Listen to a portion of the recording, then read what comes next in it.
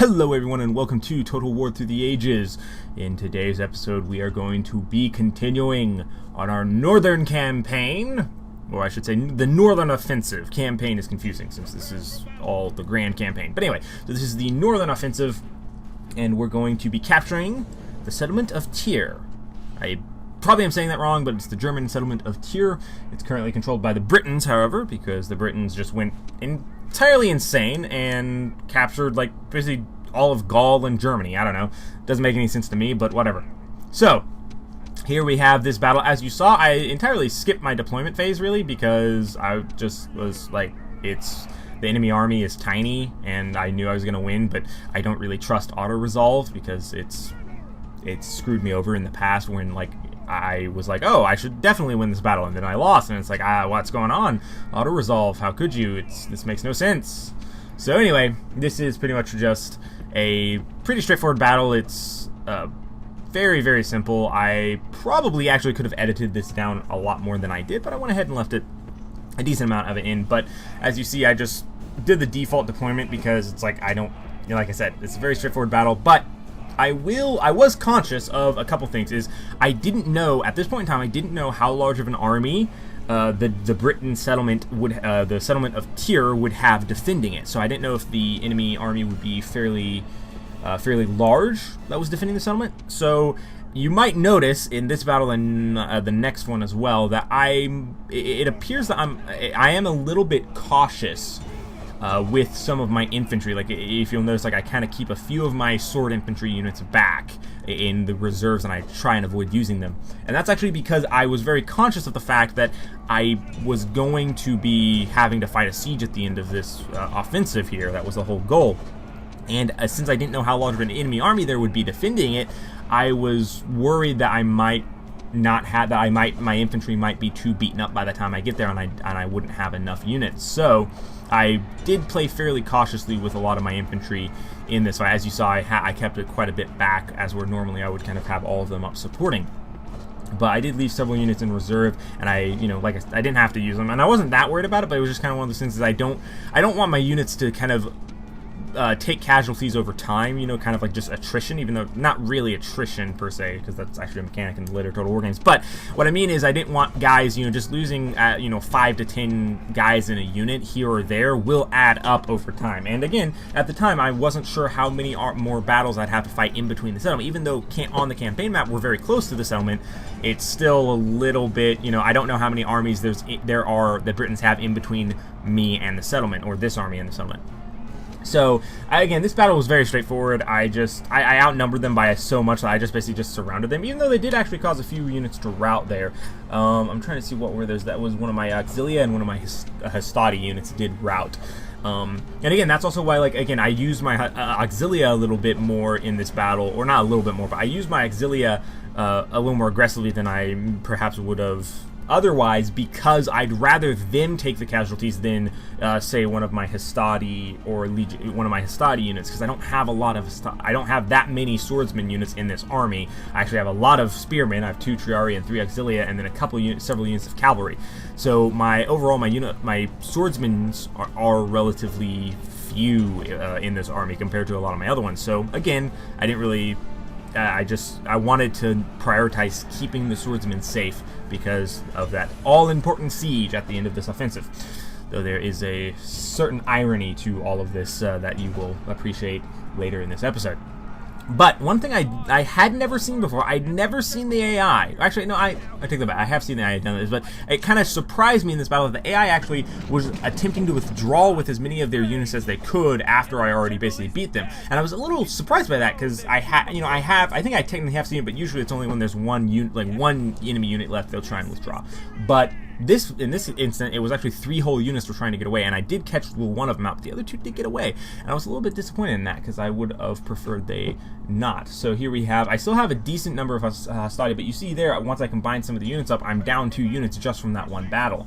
I mean, technically it's from the previous battle, but as you can see, the defending army of that settlement, not very large. So all of my, strategic thinking of like, let's be smart about this. We need to keep our swordsmen safe so we can have a siege. Well, kind of went to waste because they barely have any units. In fact, they only have... Wait, no, I'm sorry. They have several units, but it was overall a very small army. Now, this was one of the battles that I really thought about auto-resolving. But again, I've been screwed over by auto-resolve before. I would not think that I could lose this to auto-resolve, but you never know. That's the thing. You never really know, at least in my experience. So, this is the, again, same army in the north.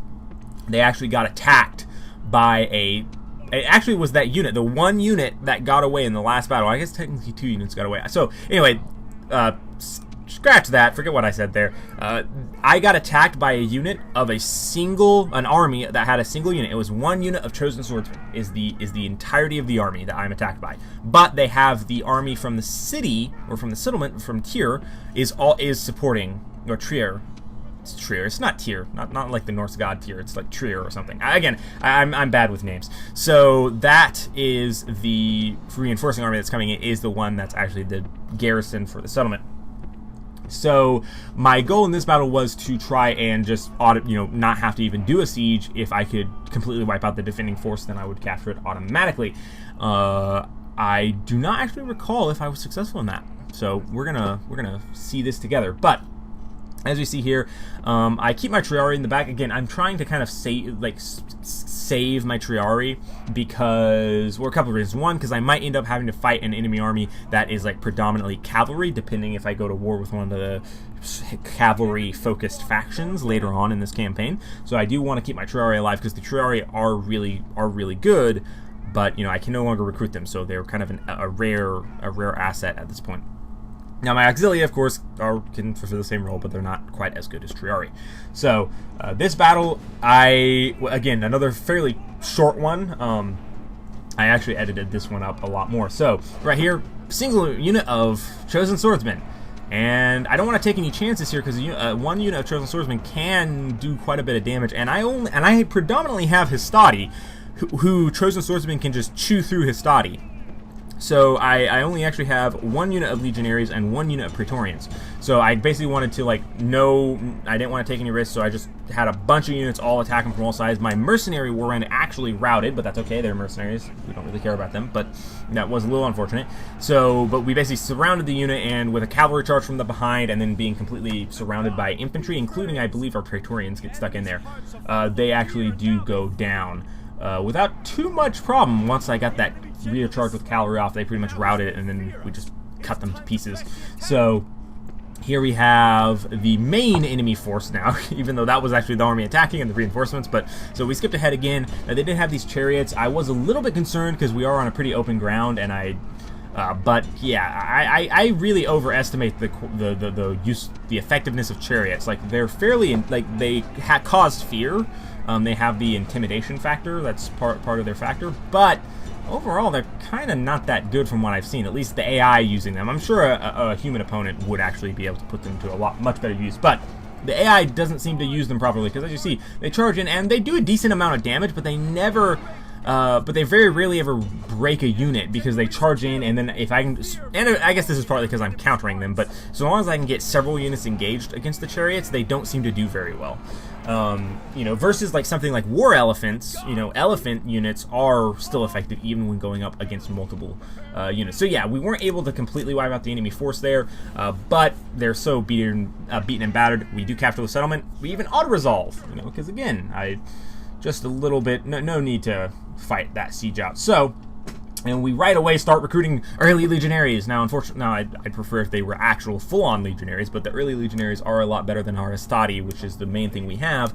And so, yeah, we're going to try, and I really don't want to lose that settlement. So that's going to be like, I want to defend that settlement very staunchly defend that settlement, because I don't want to lose it, because that would set us back majorly. But as I was saying, we are going to be recruiting, as you can see here. So I'm basically starting the basis of a new army to send up to the north and support that settlement, but also be another army that I can then use to capture another settlement. And once I get 1 or 2 more settlements in the north, I'm pretty confident that I should be, at that point, have the Britons pushed back to the point where they can no longer be threatening my main settlements like Peninsular right here, which they actually have a giant army outside of, because, it's the Britons, and for some reason they can field massive armies, though that army is made up of quite a few mercenary units, so I'm not too worried about it, but it is pretty big. And I have lost Massila so many times in the past that I really don't want to lose it again. But as I said, that's all the battles, by the way, for this episode. So, but we're going to be focusing a lot more on just the, campaign, more of the strategy elements. And this turn right here was one of the worst turns I've had in a really long time, or at least when the AI. So, revolt happened in the Spanish city that was the Carthaginians. So we got kicked out, and the Carthaginians now have another settlement again. So civil revolt, they kicked us out, and they're like, we hate you Romans, we want to be Carthaginian. Well, screw you guys, we're going to die eventually anyway. So, and then the Spanish betrayed us. Yay! Awesome! So we're now at war with the Spanish, which is great. And then we did have a candidate for adoption, which, hey, that's good, right? Yeah, that's pretty good. And then I find out that we have 2 generals just died. 2 of our generals. Luckily, they weren't any of the generals who were in really important locations, but 2 of our generals who were just governing some of our towns back in the back kind of in northern Italy. Which again, that's still a pretty big. That's a pretty big deal because they had a decent. Let me gather my thoughts. They provided quite a big buff to those settlements, and it just really kind of sucks. So that small little force of archer and cavalry I was going to try and send down here, but I already have this force coming from the coast en route, so I sent those the archer and cavalry unit back, and I actually go ahead and have these guys ready to attack this settlement, so that I'm going to go ahead and besiege it, even though I won't attack them yet. Now, if they sally out to fight me, I'm fine with that. I'm fine fighting an open battle, but against those odds in a siege with them defending, I'm going to wait until I can get the other small force there, because, I mean, it's relatively small, but it'll be enough that I'll feel a lot more confident.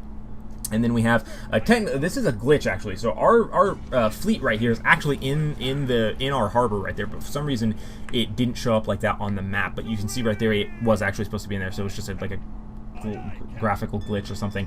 But I bring this navy over, pick up the army, and actually drop them back off over here. Well, actually I don't get it quite there, but I basically load the army onto the fleet because I don't want that army to be wiped out, because that's really the only army I have in that general location.